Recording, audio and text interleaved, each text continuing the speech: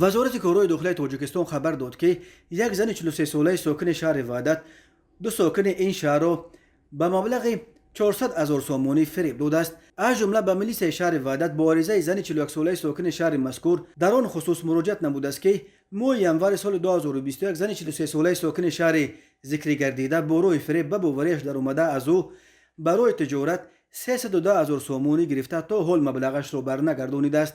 همین طریق نامبرده سال 2021 از مرد 36 ساله ساکن شهر مذکور برای فروش 200 گرم جواهرات گوناگون طلایی گرفته آن را فروخته مبلغ به دست آورده را به منفعت شخصیش صرف نموده است.